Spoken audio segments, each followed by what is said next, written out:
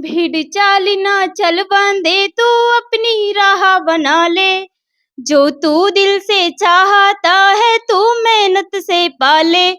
आज अंधेरी रात है, कल तेरा सवेरा आएगा।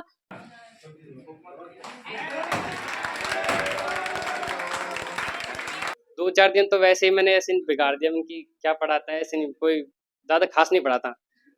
चाहे जीवन में कुछ भी संकट आगे आए, कभी भी उससे लड़ना झगड़ना सीखो। चींटी 10 बार छिड़ती है, फिर घिस के वापसी गिर जाती है, फिर छिड़ती है, फिर गिर जाती है, एक दिन सफलता जरूर मिलती है। पर ऑफलाइन बैच में ज्वाइन करना जरूरी है, क्योंकि ऑफलाइन समझेंगे जब हम ऑनलाइन में उस पर अटैक कर सकते हैं। अगर ऑनलाइन वाला गलत पढ़ा रहा है तो हम उस पर अटैक नहीं कर सकते, क्योंकि वो हमने चीज पढ़ी नहीं है पहले से। अगर हमें जॉब लेनी है तो यार दोस्त क्या पूरा परिवार भी छोड़ना पड़ जाता है। नहीं, आज मैं आपके सामने कुछ दो शब्द कहना चाहती हूँ। मैं अभी ज़्यादा दिन नहीं हुए हैं मुझे आए हुए, 1-1.5 महीने हुए हैं। तो मुझे सर की पढ़ाई बहुत अच्छी लगी है और मैं मैथ की स्टूडेंट भी हूँ, इसलिए मुझे मैथ जल्दी समझ में आ जाती है। मैं ये नहीं कहती कि सर इतने वो पढ़ाते हैं, सब जो आर्ट्स के स्टूडेंट हैं उनके लिए बहुत अच्छा है, क्योंकि सर सबको साथ लेके चलते हैं। इसलिए मुझे बहुत अच्छे लगे हैं सर, और इनकी पढ़ाई भी बहुत अच्छी समझ में आती है। और मैं एक मोटिवेशनल सॉन्ग बोलना चाहूँगी। भीड़ चाल ना चल बंदे, तू अपनी राह बना ले। जो तू दिल से चाहता है तू मेहनत से पाले। आज अंधेरी रात है, खुदा का ये वादा है, तू मेहनत का फल पाएगा। हाँ, तू मेहनत का फल पाएगा।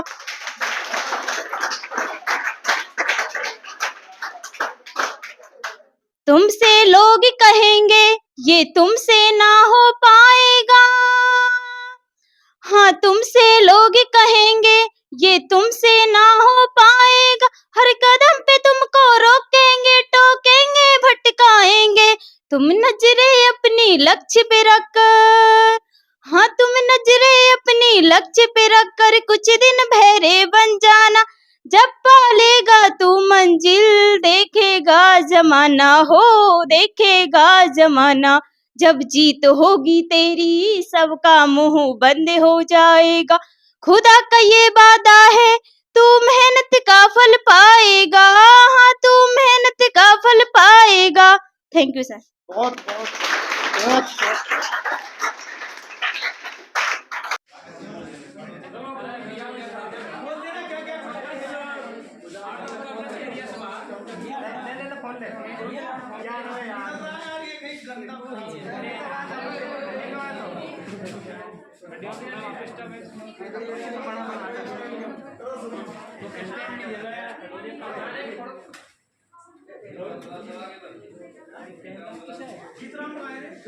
आज मुझे करना क्या है वो समझाते जाना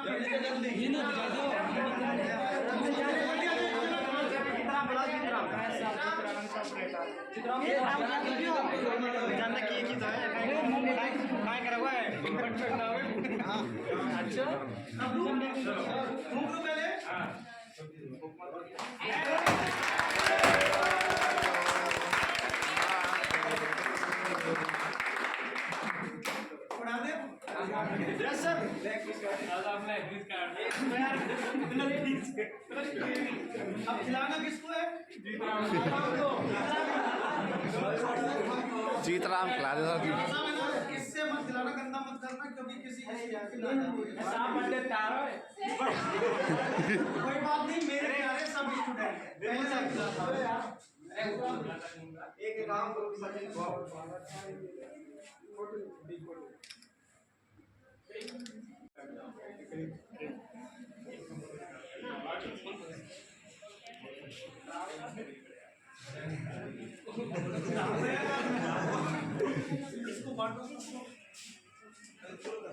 चाहे जीवन में कुछ भी संकट आगे आए, कभी भी उससे लड़ना झगड़ना सीखो।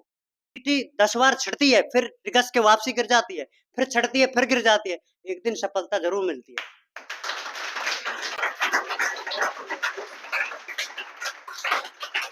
ठान लिया, टारगेट निश्चित है तो सफलता आपको मिलेगी। 100% मिलेगी। जब मैं 2020 में था, तब मेरी एक भर्ती आई थी, उसमें मैं नहीं फेल हो गया। फिर उसके बाद में 2022 में भर्ती देखी आर्मी की, जब मैं कुछ भी नहीं था, जब मेरे परिवार मेरे बारे में सब कुछ बोलता था, और ये भी मैंने सब चीज देख ली कि परिवार कितना है, कौन कितना, कोई किसी का नहीं, जितने सफलता नहीं मिलेगी इतने कोई किसी का नहीं। मेरे पास जब से आया तो मैंने तो कभी कोई परेशानी ना गुरुजी ने आज तक मेरे को परेशान नहीं किया, और शायद जीवन में ऐसा गुरुजी मेरे को मिलेगा। ईमानदारी बात है, क्योंकि ये गुरुजी मेरे घर पे गया था, खूब इसने मेरी गुरुजी ने बुराई करी थी, लेकिन मैंने अंदर से जब भी बुराई नहीं बताई, क्योंकि मुझे बुराई लगी नहीं थी, इसलिए मैंने बुराई अंदर से नहीं बताई। ये बुराई नहीं होती है, गुरुजी एक दिन अच्छा कह रहे हैं, किसी दिन अगर समझदार आदमी को इशारा काफी होता है। शुभकामनाएं। और बुराई है तो कोई नहीं है, लेकिन ये टाइम पीरियड की जो बात है वो भी कोई बुराई नहीं है। अगर जितना टाइम अगर दोगे तो वो और ज़्यादा सफलता मिलेगी उसमें। अगर टाइम जल्दी करोगे तो उसके अनुसार पूरा कोर्स नहीं हो पाता है कवर। वो जो कोर्स है वो मतलब हाफ रह जाता है, उसमें पूरी टाइप नहीं हो पाती है, जिसके कारण वो पीछे सोचता है कि ये सिलेबस से बाहर गया है वो प्रश्न, लेकिन वो सिलेबस में रहता है लेकिन पूरा नहीं हो पाता है। अगर टाइमिंग देना है तो उससे पहले कि हम उसके बारे में सोचना चाहिए कि हर चीज अगर टाइमिंग जल्दी कराए। अगर ये तो एक कंपटीशन है, जब 10वीं 11वीं क्लास में मैथ के सिलेबस को एक साल में पूरा कराया जाता है, उसमें फिक्स पैटर्न होता है, जबकि कंपटीशन में कोई फिक्स पैटर्न नहीं होता। तो फिक्स पैटर्न नहीं होता तो उसकी तैयारी 3 महीने में कैसे हो सकती है, जब 10वीं के कोर्स को हम एक साल तक ले जाते हैं। तो और वो भी जब है कि उसमें फिक्स प्रश्न है और फिक्स वो है, उसमें ज्यादा प्रश्न नहीं होते हैं। नॉर्मल ज्यादा से ज्यादा 1,000 के समथिंग प्रश्न होते हैं जो 9 महीना में कवर हो जाते हैं। लेकिन कंपटीशन में कोई इसका एंडिंग पॉइंट नहीं होता है जो मतलब खत्म हो सके, क्योंकि हर चीज में कोई हर एक्स्ट्रा दिमाग लगा के चलता है कि कोई कहाँ से बन सकता है वो चीज। तो इसलिए ये टाइमिंग की कोई बुराई थोड़ी है, ये तो मतलब खुद के ऊपर मेंटेन करना पड़ता है। अगर 3 महीने में हम उस कोर्स को कवर कर सकते हैं तो वो अपने ऊपर डिपेंड करता है कि अपनी एबिलिटी कितनी है कि उस कोर्स को हम कवर कर सकते हैं या 3 महीने में। अगर अपनी एबिलिटी एक एक चैप्टर को करने की 10 दिन की है तो वो 3 महीने में वो कोर्स कवर नहीं होता है, क्योंकि मैथ में कम से कम लगभग हमें 40 चैप्टर मैथ के पढ़ने होते हैं और एडवांस के कम से कम 5-10 चैप्टर है जो भी मैथ के बराबर ही होते हैं। मैथ के 40 चैप्टर, एडवांस के 5-6 चैप्टर वो बराबर होते हैं। अगर बहुत से चैप्टर तो लोग पढ़ा वो जैसे अलजेब्रिक है और वो है त्रिकोणमिति ट्रिग्नोमेट्री, ये एक लंबा चैप्टर है। और एक मेंसुरेशन, अगर मेंसुरेशन भी एक हल्का चैप्टर नहीं है। उसमें क्या है कि अगर हर प्रश्न को घुमाया जाए तो उसमें हर प्रश्न नई नई तरीके से बनाया जा सकता है बस, क्योंकि उसमें आकृति के अनुसार देखें तो बहुत प्रश्न बनते हैं। एक आकृति में कम से कम लगभग 10-15 प्रश्न के आसपास पहुंच जाते हैं अगर उसे समझना चाहे। इसलिए कोर्स लगभग 3 महीने में समाप्त नहीं हो पाता है मैथ का। अगर ये जीके भी एक अथा भंडार है जिसका कोई भी एंडिंग पॉइंट नहीं होता है। जीके के लिए भी अगर हम घर से तैयारी कर रहे हैं तो एक बार उसे घर से पढ़ ले, लेकिन उसके लिए भी एक ऑफलाइन कोचिंग होनी चाहिए, ऑफलाइन या ऑनलाइन। अगर ऑनलाइन कोर्स खरीदा है तो उससे पहले एक बार ऑफलाइन ऑफलाइन बैच में ज्वाइन करना जरूरी है, क्योंकि ऑफलाइन समझेंगे जब भी हम ऑनलाइन में उस पर अटैक कर सकते हैं। अगर ऑनलाइन वाला गलत पढ़ा रहा है तो हम उस पर अटैक नहीं कर सकते, क्योंकि वो हमने चीज पढ़ी नहीं है पहले से। ऑफलाइन पढ़ लेते हैं तो वो हमारा सब चीज मैप ऐप से देखकर वो पूरा क्लियर हो जाता है। जो वो मतलब कि जब उसमें हम कोई ऑनलाइन पढ़ते हैं तो उसके बारे में हम उठा सकते हैं कि भाई ये प्रश्न यहाँ से आया है, ये गलत है और ये ऐसे है। तो वो चीज हर चीज के लिए टाइम होना चाहिए, और टाइम के अनुसार ही जॉब मिलती है। अगर आपका लक्ष्य फिक्स नहीं है तो आप कभी इधर की दिशा को जाओगे, इधर के उसमें 4-5 रास्ते मिलते हैं। अगर किसी हर रास्ते पे भटकोगे तो कभी सफलता नहीं मिलती है। हमें हमारी सफलता के लिए एक लक्ष्य निर्धारित करना चाहिए। हाँ, हालांकि एक लक्ष्य निर्धारित करके हम दूसरी साइड से जा सकते हैं। अगर हमको हमारा लक्ष्य फिक्स कर ले कि हमें इस पे पहुंचना है, लेकिन उससे पहले अगर हमें कुछ और चीज मिल रहा है तो उसे पाने की कोशिश करनी चाहिए और उस रास्ते पे चलना चाहिए, क्योंकि हमें रास्ता एक नहीं बनाना है। अगर वो रास्ता आगे से बंद है तो हम उस पर आगे नहीं चल सकते, उसे हमें बैक लेना पड़ता है। इसलिए हम खुद अपने शुरू से ही 2-3 रास्ते बना के चले जो उससे जाकर उस पर पहुंच सके, क्योंकि अगर ग्रामीण क्षेत्र में एक कृषक परिवार होता है जो मजदूरी करता है, उसके अनुसार हम एक 1.5 साल मेहनत करा सकते हैं, वो ज़्यादा से ज़्यादा 2 साल करा सकते हैं, उसके बाद वो अपना खर्चा मेंटेन नहीं कर सकते। इसलिए उनके उनके बारे में सोचकर हमें हमेशा एक रास्ता न लेकर 2-3 रास्ते से चलना चाहिए, जिससे हम सब अपनी घर की परिस्थिति को भी सुधार सकते हैं और उसके संग और भी अपने लक्ष्य को पाने के लिए और भी टाइम मिल सकता है हमें। हम अपना खर्चा भी मेंटेन कर सकते हैं उससे। जो और ये और तो कुछ नहीं है। तो बुराई तो कोई नहीं है। आप जो अब ये क्लास में जो ये जो कहते हैं बिगाड़ते, वो बिगाड़ने की तो ऐसी बात है सर, अगर कोई बच्चा हल्का सा पढ़ने वाला है और वो बुरी संगति में है, अगर एक दिन बिगाड़ेंगे तो वो उसी लाइन में चलेगा, दूसरी बार बिगाड़ेंगे तो भी चलेगा, अगर 3-4 बार वो रिपीट होता रहा तो वो एक ना एक दिन वो उस लाइन को छोड़कर वो सही लाइन में आ सकता है। बिगाड़ने की नहीं कहते, धोता बुरी है। हाँ, वो धोने बिगाड़ने एक ही बात है, लेकिन धोना वो एक अच्छी बात है, क्योंकि अगर वो मतलब जो खुद के बारे में नहीं सोचते तो वो उनको वो गलत लगता है, लेकिन जो थोड़ा सा पढ़ने वाला है, थोड़ा उसके बारे में मंथन कर सकता है, तो वो मतलब 2-3 बार बिगाड़ने के बाद वो उस लाइन को छोड़ सकता है, वो अपनी सही लाइन में आ सकता है। लाइब्रेरी का शेड्यूल ये होता है कि हम अगर पढ़ नहीं रहे हैं और लाइब्रेरी में जाकर 1 दिन सोए, 2 दिन सोए, 3 दिन सोए, अगर वो 10-5 दिन 15 दिन तक सोता है, तो उसको भी चारों मेर का माहौल देकर वो भी सोचेगा कि मैं 15 दिन से आज सो रहा हूँ और ये 15 दिन से पढ़ रहे हैं, तो वो भी 1-8 घंटे फिर उसमें निकालने लग जाएगा, और 1-8 घंटे के बाद वो धीरे धीरे अपना टाइम पीरियड बढ़ाते हुए वो पूरी लाइब्रेरी में सोएगा नहीं, वो जगता रहेगा। तो ये कोई बिगाड़ने की वाली बात नहीं हुई कि ये धोने वाली बात नहीं है, ये तो खुद के ऊपर है कि खुद कैसे उसको मेंटेन करता है बस। ये तो अगर जो मतलब उसके बारे में सोचता नहीं है, वो तो उसको लगता है कि ये हमारे बिगाड़ रहे हैं बस, और कुछ नहीं। लेकिन जो ग्रामीण क्षेत्र में जो बच्चे होते हैं वो रेगुलरिटी नहीं रख पाते हैं, क्योंकि रेगुलरिटी के बिना अगर हम कहीं बाहर भी जाते हैं तो वहाँ भी हमें रेगुलरिटी रखनी होती है। अगर एक दिन का कंसेप्ट छूटा तो मतलब कि वो पूरा चैप्टर छूट जाता है, चाहे वो नॉर्मल कंसेप्ट हो चाहे हार्ड हो, कोई सा भी कंसेप्ट हो, अगर वो छूट जाता है तो पूरा चैप्टर गया हो। लेकिन ग्रामीण क्षेत्र में कंटिन्यूटी नहीं रख पाते हैं, क्योंकि यार दोस्त इतने होते हैं कि जो मतलब कि आज वहाँ जाना है वहाँ जाना है, अगर हमें जॉब लेनी है तो यार दोस्त क्या पूरा परिवार भी छोड़ना पड़ जाता है अगर जॉब लेनी है तो।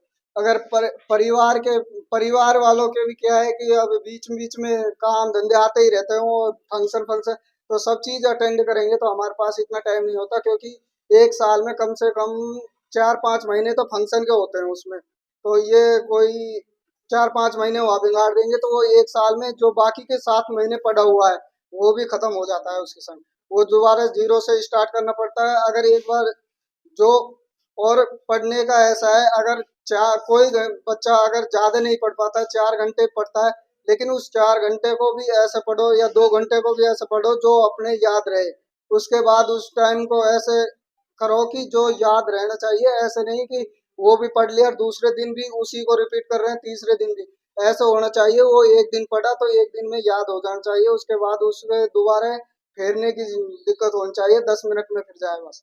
ये नहीं कि आज भी वो 4 घंटे वही पढ़ा, कल भी परसों भी, तो उसमें वो आगे नहीं बढ़ पाता है, वो उसी लाइन में रह जाता है। और पढ़ने के लिए अपने टाइम की जरूरत नहीं है, अपने कॉमन सेंस की जरूरत है, क्योंकि ज्यादातर रटने से वो हल नहीं हो पाता है, क्योंकि रटने से हम उस चीज को भूल जाते हैं। अगर उसे समझकर पढ़े या समझकर उसे तैयार करे तो वो हमेशा याद रहता है। अगर मैथ में अगर टीचर के ऊपर चले तो मतलब 90% तो करा देता है टीचर, लेकिन 10% खुद को मेहनत करनी पड़ती है। अगर अपने पास खुद का भी तरीका है, मास्टर का भी तरीका है, तो हम खुद के तरीके से भी जल्दी आंसर निकाल सकते हैं। अगर खुद का तरीका निकालना चाहे, हर प्रश्न में खुद का तरीका निकाल सकते हैं, एक बार तरीका निकालने के लिए प्रयास करना चाहिए बस। अगर अगर खुद का तरीका है तो जल्दी हो जाता है, और प्रैक्टिस होनी चाहिए बस, और कुछ नहीं है मैथ में। तो मैं इंतजार कब तक कभी नौकरी का? नौकरी बस 2024 लास्ट अपने पास 2024 लास्ट। लास्ट। इसी में मतलब 24 साल की तो मिठाई ये तो तैयार हो गई है ना, ऊपर वाले की कृपा रहेगी तो तैयार हो जाएगी। लेकिन अब मुझे एक बात और बता, तूने कह दिया कि कोर्स में इतना टाइम लगता है, हिम्मत कहता है कोर्स को कम करो, अब मैं किधर जाऊँ बताओ? कि कोर्स को ज्यादा टाइम में लेके जाओ या कम टाइम में? देखो संजय, टाइमिंग ज्यादा है। अब जो जैसे कि 14 महीने और 12 महीने, तो उसमें से एक आध महीना घटा दो कोर्स को। अगर ज्यादा नहीं, कम लेकिन करोगे, वैसे मिनिमम मानते हो कि 10 से 11 महीने तो लगने चाहिए। मिनिमम मैथ में 10 के समथिंग होने चाहिए, 10 महीने तो होने चाहिए। इतने तो लगते ही। तो क्योंकि दस इतने ही महीने अपन लेके चलेंगे। 10 महीने में भी अच्छा कवर हो जाता है। मतलब कि अगर 2% करा दिए एक टाइप में, तो एक आध % बच्चा खुद भी बना रहा अपने नोट्स में डाल सकता है। फीस वगैरह ज्यादा थोड़ी है, लोग कहते थे ना यार ना, फीस का तो क्या है, फीस है वो। बाहर जाते हैं तो फीस भी बहुत ज्यादा रहती है, वहाँ भी तो ज्यादा रहती है। एक वैसे ग्रामीण क्षेत्र के अनुसार थोड़ी ज्यादा हो जाती है, लेकिन वो भी अच्छी है, कोई ज्यादा नहीं। हाँ, वो तो है। बहुत बहुत धन्यवाद। जन्मदिन की बहुत बहुत हार्दिक शुभकामनाएं। अभी किसी भैया बहन ने कहा था कि सब एक जैसे नहीं होते, है ना। जबकि मैं वो है भैया, उसकी हम गए थे ना सर अपन, जब उसकी परिस्थिति को देख करके हमने वास्तव में वो भैया ना सही कह रहा था कि कोई काम नहीं आता लास्ट में। हालांकि अभी मेरा परिवार है, अभी तो मेरे भाई मेरे साथ हैं, मेरे माँ बाप मेरे साथ है, वो साथ दे रहे हैं, लेकिन बाद में अगर वो छोड़ दें तो फिर खुद को ही मेंटेन करना पड़ता है। कोई नहीं साथ, कोई नहीं होता, वो तो बात की बात है। अब जब तक साथ है ना तब तक ही साथ देंगे, बाद में साथ कोई अगर साथ 10 नहीं घंटे देता। बिताओ रहे हो तो 10 घंटे मेहनत करनी पड़ेगी, मजदूरी करनी पड़ेगी, सीधा साफ। और रही बात मेरी, तो मैं पहले तो मुझे पता नहीं था कोचिंग का कि कोचिंग यहाँ चलती भी है। मैं मेरी खुद 10th क्लास में मेरी बनी थी 40, है ना। मेरी परसेंटेज वास्तविकता है मेरी, है ना। मैं पास ही हुआ था बस केवल। फिर बाद में मेरे भाई यहाँ पे कोचिंग करता था, और तो मैं फिर बारी बात करके मैं घर बैठ गया, 4-5 महीना आराम से बैठा। फिर बाद में भाई ने बोला कि तू सीताराम गुरुजी के वहाँ कोचिंग करा, देख ले, अगर तेरे समझ आ जाए तो ठीक है, नहीं फिर तेरे को जयपुर भेज देंगे। मैंने कहा ठीक है, मैं चल जाऊँगा। फिर उसके 1 महीने बाद मैं यहाँ पे आया सर के पास आया। फिर मैंने 2-4 दिन तो वैसे ही मैंने ऐसे ही बिगाड़ दिया, मैंने कि क्या पढ़ाता है, ऐसे नहीं, कोई ज़्यादा खास नहीं पढ़ाता, वास्तविकता है ना। फिर बाद में धीरे-धीरे मुझे हाँ मन के लगा कि सही पढ़ाता है, धीरे-धीरे क्यों सर एक क्वेश्चन तो पूरा बेसिक से समझा देता है, फिर दूसरे हमको करने के लिए देता है, नहीं होता है तो फिर कहता है कि दूसरे की हेल्प से करो, नहीं होता है तो फिर हमसे समझो, और यहाँ समझ नहीं आता तो बाहर समझो। अब और वहाँ बाहर भी समझ नहीं आता तो या फ़ोन पे समझ लो, भाई किसी से शर्म आती है तो फ़ोन पे क्वेश्चन डाल दो, फिर उसका सॉल्यूशन समझ लो। तो ये तो सर मुझे बहुत अच्छी बात लगी कि सर मतलब अगर जैसे यहाँ शर्म आती है तो बाहर आराम से पूछ सकते हैं। तो रही बात दूसरी कि सर ने वैसे भी मेरा बहुत साथ दिया है, और मुझे पता है जब तक साथ देंगे तो हालांकि 25 तो नहीं 24 में मैं जॉब शायद लग जाऊंगा करण की वजह से। क्योंकि करण करण और हेमंत ऐसे दो मेरे साथ ऐसे साथी है ना, जो मतलब लाइब्रेरी में हमेशा मेरे साथ रहते हैं। दोनों साइड में बैठते हैं कि जब कोई क्वेश्चन नहीं होता तो मैं पहले हेमंत को देता हूँ, हेमंत पे नहीं होता तो करण को देता हूँ, फिर जाके हम सर के पास लेके आते हैं क्वेश्चन को। मेरे पास तो जरूरत ही नहीं पड़ती वैसे। हाँ वैसे जरूरत तो नहीं पड़ती, लेकिन फिर भी अगर नहीं हुआ तो बाद में पहुंचते सर पे। पहले तो मैं डायरेक्ट सर को दे देता था क्वेश्चन की सर इसको कर दो, जब सर मेरे को ही कहते थे क्या क्वेश्चन है ये, ऐसे क्वेश्चन को छोटे मोटे क्वेश्चन तो यहाँ लेके आता है। फिर वैसे मेरे को थोड़ी वैसी लगी उनकी, या सर को नहीं देना चाहिए पहले, मेरे जो हेमंत है जो करण है पहले उनको दूँ, फिर वो करते, वो बेसिक से समझाते, वो कहते हैं, हेमंत कहता है, करण कहता है कि पहले बेसिक से कर, बेसिक से होगा फिर उसके बाद तू ऑप्शन दर, एक तरीके से मत चल, उसके 2 तरीके निकाल, 2 से 3 तरीके निकाल, अपना आप ही निकाल लेगा अगर तू खुद, अगर तू सक्षम है। तो वास्तविकता हो तो मैं पहले तो 12वीं से निकला ना, मैं जब यहाँ पे आया था तो मैं कैलकुलेशन भी नहीं जानता था, ना ही जोड़ गुणा भाग इतना नहीं जानता था मैं, तो तू तेज आवाज में है बोलता ना। है आंसर यार। अब वो तो बात हो रही, लेकिन फिर वो तो सर की वजह से, लेकिन मुझे ना मैथ से सख्त नफरत होती थी। मेरे 70 नंबर तो 10वीं में आए थे मैथ में, मैंने की नहीं पड़ेगी पार, और मैथ से मुझे बहुत डर लगता था। 17 नंबर, बिल्कुल वो मतलब नहीं, वैसे मतलब कगार पे था मैं, एकदम कांटे का था। मतलब ढुलके ऊपर जाए। मैंने की मेरे पे तो होगी नहीं, ना तो मैथ मैथ होगी। मैंने की फिर मैं देखूंगा क्या, राजस्थान पुलिस जिसमें मैथ नहीं आती, मैंने वही सोचा, मैंने की राजस्थान। फिर मैं रीजनिंग, मैंने की रीजनिंग में मेरे को टफ पड़ती है, क्यों जब मैथ ही नहीं होती तो रीजनिंग भी टफ पड़ती है मेरे को। फिर बाद में मैंने की मैथ तो पढ़ना ही पड़ेगा चाहे कैसे कर लो, अगर जॉब लेनी है तो मैथ तो पढ़ना पड़ेगा। फिर बाद में धीरे धीरे मैं मैथ पढ़ने लगा। सर ने मेरा पहला चैप्टर पढ़ाया परसेंटेज, क्योंकि उससे 5-6 चैप्टर क्लियर हो जाते हैं कि परसेंटेज से लाभ आने से चक्रवृद्धि ब्याज साधन, भाई ये बहुत से चैप्टर ना क्लियर हो जाते हैं, जैसे परसेंटेज में दिक्कत नहीं आती। और फ्रैक्शन वैल्यू सर ने मतलब खूब बेसिक से समझाया, ऐसे फ्रैक्शन वैल्यू को ऐसे तो ऐसे करते हैं, हर क्वेश्चन में समझाते हैं कि इसकी परसेंटेज कैसे निकलती है, कैसे नहीं निकलती। अगर हम खुद से उसको करते तो हम पे तो नहीं होता, लेकिन सर ने धीरे धीरे हमको समझाया कि ऐसे नहीं होता है, ऐसे होता है। बाहर हमको बहुत गाइड किया है सर जी ने कि अ, रवि ऐसे लाइन में न जाना और ऐसे लाइन में तुम जाना है, ये तुमको मतलब बहुत ये हमने सर लाइन ने। बहुत टारगेट करती है मेरी जान, है ना। मैं आउट, पहली बात तो मेरी नजर में कोई ऐसा लड़का लड़की अपनी क्लास में नहीं है। अगर मुझे लगता है ना, मैं बर्दाश्त नहीं करता, मैं नहीं पढ़ाऊंगा, मुझे पैसे की आवश्यकता भी नहीं है ना। भाई तू घर जा दे रहे और तू घर ही रह मत, है ना। तो लड़का हो या लड़की हो, मैं एक्सेप्ट नहीं करता। हालांकि मैं गया था गलत लाइन में चले भी गया था, लेकिन फिर बाद में सर ने मतलब वक्त से पहले ही निकाल लिया मेरे को। अरे वो तो पता लग जाएगा। ये सोच रहा था कि यार मास्टर दिमाग नहीं लगाएगा, मैं कह रहा हूँ मैं भी कुछ मैं मानता हूँ बहुत पहले निकल लिया, तो इसको पता लग गया, मुझे पता लग गया कि यार ऐसी सिचुएशन है। मैंने कहा भाई तू निकल, हिसाब नहीं है। मैंने कहा गुड मत बोल साहब, आज के बाद में छोड़ दूंगा, नहीं छोड़ दूंगा। उसके बाद में सुकून में तसल्ली में तो है ना। हाँ सर। कौन आ गया इधर से, यहाँ यहाँ से खड़ा होके वहां से वहां से, क्यों आपस में रुको, टेंशन आराम से अपनी आजादी के लिए। अरे क्लास में जब मैं उधर साइड बैठता था तो मतलब सर चेहरा देख कर ही पता लगा लेते भाई ये इस टेंशन में है, इसमें नहीं है, तो लगा ही लेते। तो सर को 9 साल का एक्सपीरियंस है तो सर लगा ही लेते। और रही बात, चल रवि, चलो ठीक है, चल ठीक है। मुझे एक बात तो ये बता कि मैंने तेरी मम्मी से वादा भी किया है, किया है, ध्यान है? किया है, मुझे बिल्कुल ध्यान है। मैं एक सर गए थे पर गाँव, तो घरों के गए थे नहीं, मैं तो। गाँव तो काफी बार जाता हूँ, हाँ बाकी घर नहीं, नहीं गया था। घर गए थे सर पर बाद घर में। कभी जाता नहीं था, पता लग गया था तो इनके डिमांड थी कि साहब घर आए हमारे, तो मैं घर पहुंच भी गया था। इनकी इच्छा थी कि साहब हमारे गरीबों पे कौन आता है, फलाना, ऐसी साइकोलॉजी जब बना देते हैं ना, तब मेरा एक अलग सिस्टम हो जाता है यार, नहीं अब तो जाना है। बहुत सी जगह कास्ट वाइज चला जाता हूँ ना, तब कहते हैं कि साहब हमारी चाय नहीं पूछो। मैं चाय रियलिटी में घर नहीं पीता, लेकिन मैं किसी के घर चला गया ना, वहाँ कहते थे कि यार हमारी जाति की चाय नहीं पीते, बस फिर मेरे चिल्लाना आ जाती है, तुम यहाँ पर बोला। फिर सर घर गए थे ना, फिर मैंने फोन करके कहा था इनकी मम्मी सर को नाश्ता वास्ता मतलब खाना वाना खिला के जब भेजना। तो सर ने मेरे को मना किया था कि रवि मैं चाय भी तभी पीऊंगा जब एक बार तू जॉब लग जाएगा।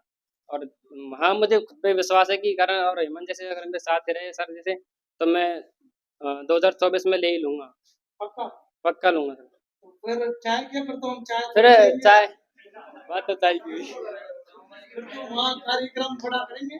कार्यक्रम ये भी हो जाएगा और वहाँ भी हो जाएगा। कार्यक्रम यहाँ पे हो जाए, कार्यक्रम वहाँ पे हो जाए। बहुत बहुत धन्यवाद, है ना। और मैं भी आशा करूंगा कि 2024 में आपको जोड़ूं। एक बार सर ने मेरे को मतलब 3-4 दिन हुए थे मेरे को, वहाँ पे गए थे कोचिंग में, वहाँ पे नेहरू में। तो सर ने, मैं एक दिन मतलब कॉल आया था तो मैं वैसे ही बात कर रहा था नीचे झुक के। तो सर ने मतलब फिर मैं बाद में कहा था कि यार क्या पढ़ा रहा है हाँ साहब, मैं तो कुछ समझ नहीं आ रहा, है ना। फिर सर कह रहा था कि तेरा ध्यान तो केवल फ़ोन पे है, पहले फ़ोन को लाना बंद कर, साइलेंट करिए फिर लाना बंद कर। मैंने कि पहले तो मुझको बहुत बुरा लगा सर, वास्तविकता में मेरे को बहुत बुरा लगे सर। मैंने कि यार ये तो कहते हैं सीधी सीधी कहते हैं, क्लास में बिगाड़ते हैं, है ना। फिर मैंने कि फिर मैंने घर गया था। फिर भाई को भी पता लग गया कि तू फ़ोन लेके जाता है ऐसे ऐसे, मतलब कोई का भी कॉल आ जाए तो कॉल उठा लेता है, कोचिंग में नहीं करते ऐसे। फिर उसने मेरे भाई को समझाया था, मुझे समझाया था उसने, कि फिर बाद में मैं फ़ोन लेके गया ही नहीं। फिर बाद में अब तो खैर क्या है, तुम हर चीज़ रूटीन से आ गई तो अब सब पता भी है भाई, सर को कोचिंग से अंदर जाते हैं तो कॉल नहीं करते। और किसी को, मैं तो पहले बात तो किसी का कॉल उठाता ही नहीं हूँ। रही बात मम्मी पापा की, तो वो यहाँ पे कर देते हैं सर के पास, और रही ज़्यादा इमरजेंसी तो मेरे पास कर दी, तो मैं सर को बोल के बाहर चल जाता हूँ। हाँ, जब भी कॉल आता है, बहुत सा जरूरी है। मुझे भी पता है कि इमरजेंसी आता है तब नहीं जाता, बाकी जाता है। और रही बात नोट्स की, तो नोट्स तो मैंने पहले नहीं बनाता था कि यार वैसे ही बना लूंगा रफ में, वही नोट्स है, वही रीजनिंग है उसमें। लेकिन नोट्स बनाने से फायदा मिलता है या नहीं मिलता? फायदा नहीं, बहुत फायदा मिलता है उससे। बहुत जबरदस्त, क्योंकि 3 क्वेश्चन याद किए, 3 मजा के नोट्स में उतारोगे, 6 क्वेश्चन हो गए, माइंड अपने आप पूरा सेट। सर ने एक बार दूसरी बार प्रॉफिट एंड लॉस का ये चैप्टर लिया था, जब मैंने पहले बार नोट्स बनाए नहीं तो मेरे को समझ में नहीं आया। अब मैं देखूँ तो कहाँ से देखूँ, रफ था, रफ तो ऐसे ही उसमें एक तरफ रीजनिंग, एक तरफ मैथ, एक तरफ हिंदी, सब चीज़ एक तरफ, तो मन की ऐसे नहीं बनेगा। फिर हेमंत ने करने कहा कि तो पहले नोट्स बना, नोट्स टाइप टू टाइप उसको लेके जो भी पहले तो पहले यहाँ कर, यहाँ नहीं होता फिर उसको घर पे जाके कर पूरी चीज को खोल के कर, और मतलब अगर नहीं होता है तो सर के पास क्वेश्चन को भेज। अगर चाहे हालांकि कितना छोटा क्वेश्चन हो, नहीं होता तो नहीं होता, इसमें इसमें कोई ज्यादा वाली बात नहीं। तो नहीं होता तो फिर मैं कर कोशिश तो मैं भी करता था कि होगा सही। फिर बाद में क्या है, सर नहीं भी होता तो मैं सर को दे देता। अब तो मेरे पे हालांकि क्वेश्चन हो जाते हैं, अब तो हो जाते हैं, लेकिन तो अब कई क्वेश्चन ऐसे है कि नहीं होते। जैसे 50-60 क्वेश्चन है तो इसमें 5-6 क्वेश्चन तो ऐसे हो जाते, बल्कि हाँ 1% पे रह जाए। बिल्कुल बिल्कुल। और कोई मेन कमियां? कमियां तो वही थी सर, तो हेमंत ने बताया सर का टाइमिंग टाइमिंग की थोड़ा सही नहीं, वो एकदम सही है, क्योंकि 60% ऐसे नहीं होते, 40% हालांकि पैसे के ऊपर होते हैं, क्योंकि माँ बाप भी आज के जो युग है, आज का दौर देखकर माँ बाप भी 40% ऐसे होते हैं जो बच्चों से सिर्फ ये करते हैं कि पैसा होना चाहिए बस। अगर बच्चा तैयारी कर रहा है, अगर वो थोड़ा सा भी एक गलत लाइन में दिखा तो उसे समझाने की बजाय उसे उस लाइन से हटाकर सीधा काम पे धर देते हैं, क्योंकि वो क्या है कि उनको पैसे से मतलब होता है, वैसे कोई मतलब नहीं होता, क्योंकि 40%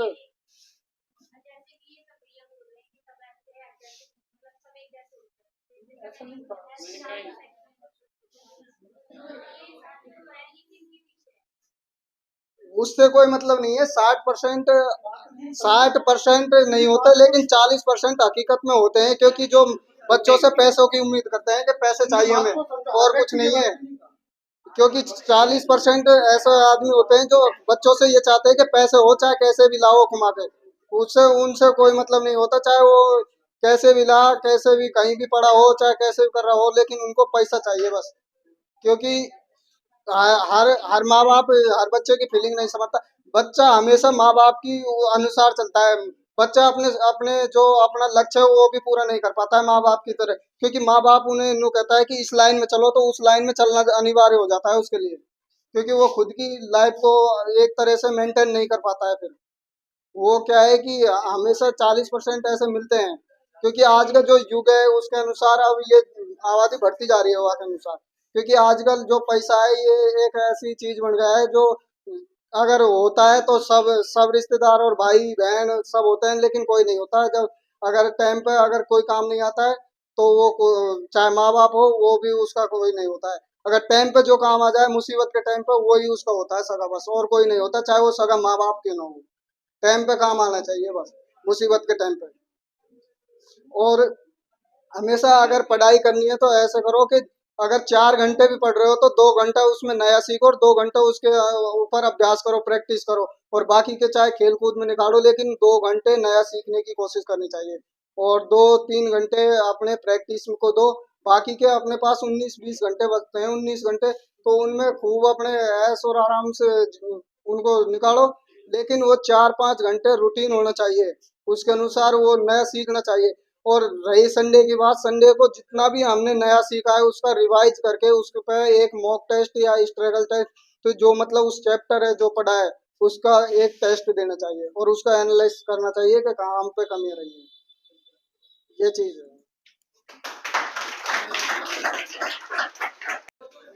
सबसे पहले तो गुरु जी को जन्मदिन की बहुत बहुत शुभकामनाएं।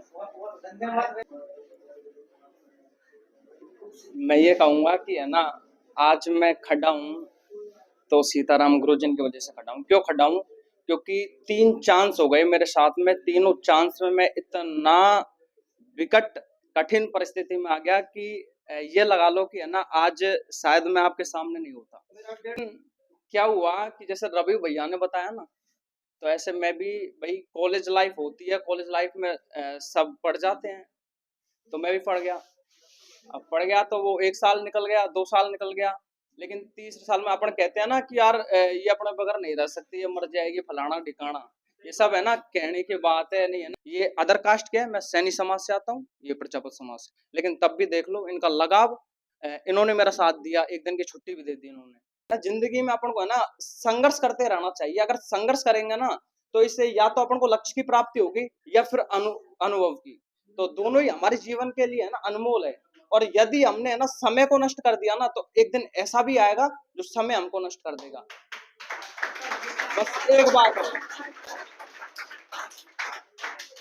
आदमी चेंज होना पड़ेगा। अगर देखो गलत चीजों में जा रहा है तो उससे चेंज होना पड़ेगा, आज नहीं तो कल। आज माँ बाप कमा के दे रहे हैं भाई, कल खुद कमाओगे तब तुम्हें पता लग गया।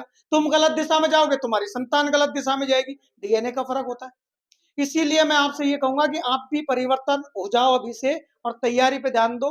आप जैसे क्लास में बिगाड़ते हो तो उस टाइम तो मुझे बुरा लगता था। जैसे मैं बाहर जाके उस बात पर अमल करता था, वो मतलब अब मेरे लिए भले के लिए कहते थे, इसलिए मुझे बहुत अच्छा लगता था। उस टाइम आपने बोर्ड पे वो सवाल करवाया था, उस टाइम मैंने मोबाइल में देखना कर दिया था। फिर आपने मुझे बताया तो उस टाइम मुझे बहुत बुरा लगा था। फिर बाद में सोचा तो मैंने अपने भला के लिए ही कह रहे मतलब, इसलिए। और फिर दूसरी बात, और आपने एक चीज़ और बताई थी मेरे को, हाँ वो आपको मैं उस दिन सवाल भेजा था, तो उस टाइम मैंने खुद ने प्रयास किया था, मतलब उस प्रश्नावली में से एक सवाल नहीं हुआ था। फिर मैंने धीरे धीरे बढ़ता रहा, करीबन मैंने 20-25 सवाल कर लिए थे, एक सवाल नहीं हुआ था। फिर मैंने लास्ट में आपको सवाल भेजा था, आपने ये कहा कि इसका उत्तर ये है। फिर मैंने आपको ये लिखकर भेजा था कि इसका मतलब सॉल्यूशन भेजो। मतलब उस टाइम रियल में मुझे एक सवाल नहीं हुआ था। फिर आपने जैसे मतलब आपने बोला ये सवाल नहीं हुआ, आपने मैंने सर जी को बुरा लग गया, फिर मैंने आपको भेजा नहीं। फिर बाद में खुद प्रयास किया तो फिर भी नहीं हुआ। फिर मैं घर जाकर प्रयास किया था तो फिर दोबारा हो गया।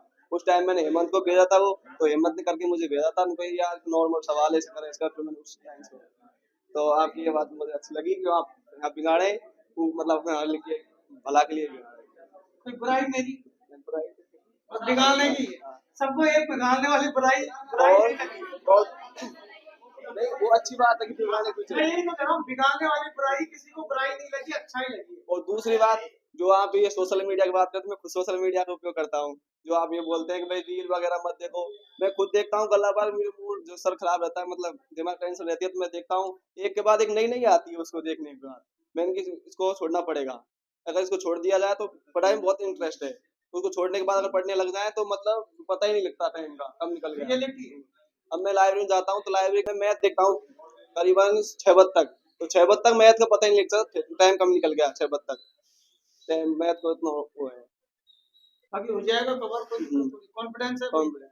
चलो कोई नहीं, यही होना चाहिए, कॉन्फिडेंस होना जरूरी है ना। और रील है, बाकी 30 सेकंड की रील के लिए टाइम नहीं होता, दुनिया लगी रहती है भाई। कितनी भी नीचे खिसकाते जाओ, अंत नहीं आएगा। हर बार नहीं आती, हर बार नहीं आती रहेगी, चलते रहो, क्यों बर्बाद कर रहे हो? अरे ये रील ही चला लिया, बाद में चला लेंगे, सब घूम फिर के आती रहेगी यार, यही तो चलना है। एक बार कामयाब हो। Thank you.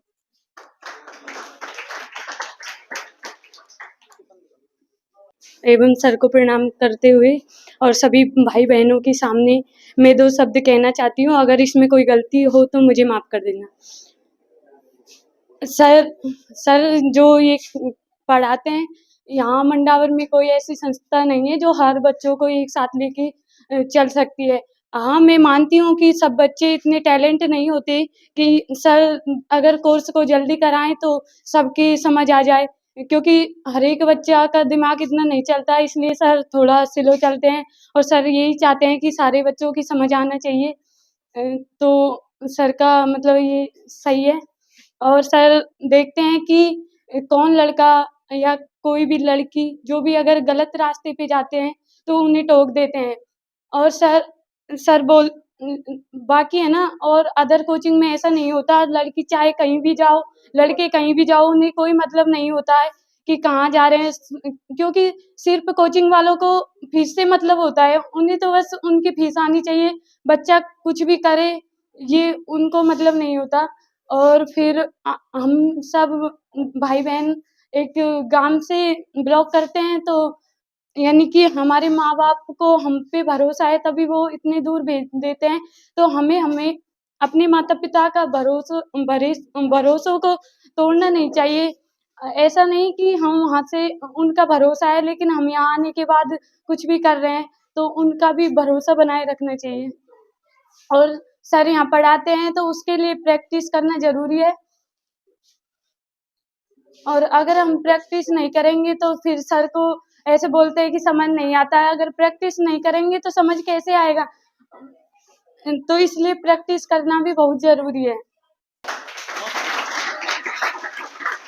49 रह जाएगी, भलाई इसी में। लेकिन अगर एक को रख दिया ना तो एक 5 लोगों को अपवाद बना के जाएगा, और 5 फिर 50 को बना देगा, ढर्रा बैठा देगा।